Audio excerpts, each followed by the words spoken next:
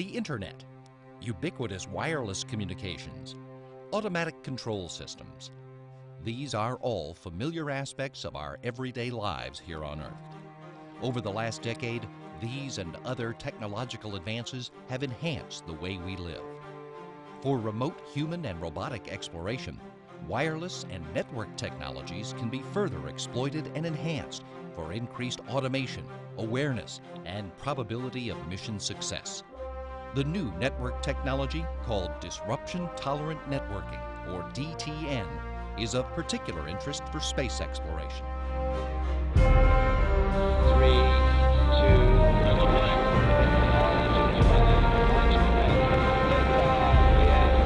It's released and on its way.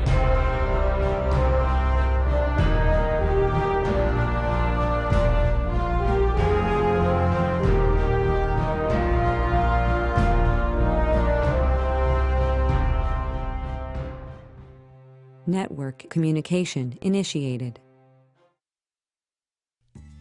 NASA's Space Communications and Navigation Team is partnering with Vint Cerf, co-inventor of the TCP/IP protocol, JPL Distinguished Scientist, and Vice President at Google, to develop, mature, and accelerate the infusion of DTN into space communication networks. The delay and disruption tolerant networking protocol environment allows for a much broader range of applications to be supported, ranging from the kind of low delay, very rapid interaction that we get on planet Earth to the interplanetary uncertain delay, uncertain disruption.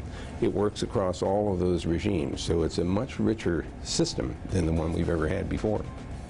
The collaborative effort supports a series of tests that will evaluate DTN-enabled systems for use in space and also facilitate their application in terrestrial networks. At Johnson Space Center, NASA's scientists and engineers are evaluating DTN technology over wireless communication and sensor networks and are evolving the technology to support future robotic and human missions. All networks now online. One scenario in which DTN will enhance the safety and situational awareness during operations is tracking of a rover, robot, or astronauts. For this test, crew members leave the habitat to simulate a simple trek across the terrain. Crew members back at the habitat and the operations team at the Mission Control Center monitor the vehicle as it moves through the terrain. Navigation data is transmitted from the vehicle to the habitat over an 802.16 wireless network. During this scenario, the vehicle is seen moving behind a large object, and suddenly a loss of signal occurs between the habitat and the rover.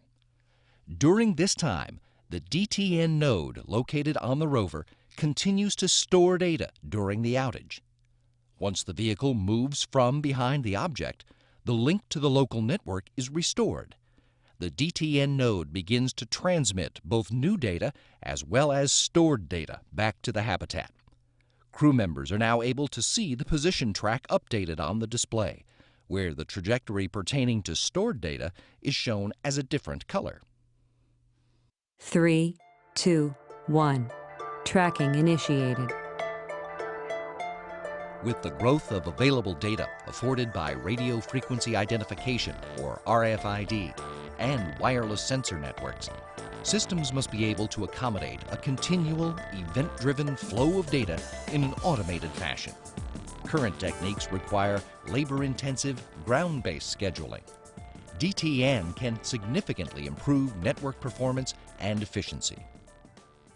Future systems must allow for seamless merging of mobile networks. For example, DTN, in conjunction with advanced middleware technology called BioNet, will enable automatic tracking of RFID-tagged inventory transferred between mobile environments. As the Lunar Electric Rover approaches the habitat, 802.11 wireless networks merge when in range. As the crew leaves the rover, they remove 2 cargo transfer bags, or CTBs. As the crew moves away from the vehicle, items are removed from the rover inventory database. As the crew enters the habitat, items passing through the RFID portal are identified and the habitat monitor shows inventory increasing. At the same time, ground consoles automatically receive updates.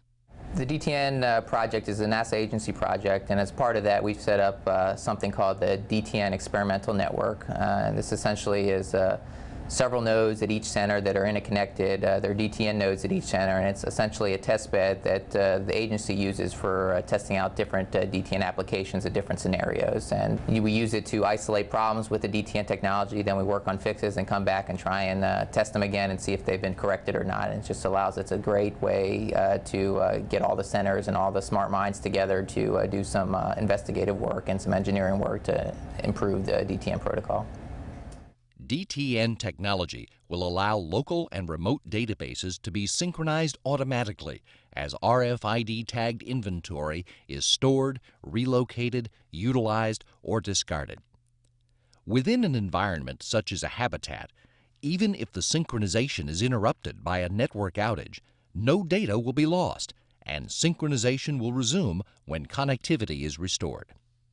Smart Shelf, RFID soft stowage, and RFID recycle bin technologies enable automated inventory tracking and localization. For a lot of mobile applications where connectivity is often unreliable, DTN will be a very powerful adjunct to today's traditional world. In addition to that, sensor networks can also make use of this protocol because in a sensor environment you may or may not have the connectivity that you need. Sometimes you have to be very quiet while you're waiting for the sun to come out so you can recharge your battery, so that means the link that you would have provided isn't available. Mesh connectivity and store and forward operation is a natural with the DTN architecture. So I'm anticipating a lot of terrestrial applications involving sensing and involving mobile operation. Other DTN-derived benefits include the efficient and reliable delivery of critical data. For example, biomedical telemetry that must reach a ground-based flight surgeon for diagnosis. Here, engineers are testing this scenario by transferring heart rate telemetry during a communication outage. The engineer looks at the inventory monitor and can see which RFID soft stowage cell the monitor is in, but not the exact CTB. The engineer is able to quickly identify which CTB the monitor is in by using a handheld scanner. If the network link is available, the data will automatically transfer to the flight surgeon on the ground. If the link is out, the data will be stored and automatically transferred by the DTN when the link is reestablished. Without DTN and advanced middleware, ground controllers would be required to determine the correct time span of data and build commands to retrieve it. When the flight surgeon completes diagnosis and prescribes medicine, it can be quickly located. What excites me most about wireless technology is that it's always changing. There's always a new problem to solve, and wireless technology provides answers for a lot of questions, but new questions keep coming up, and they're pushing for bigger and better applications. And just the fact that wireless technology is always changing means there's always work to be done. It just allows us to keep busy and keep doing what we do.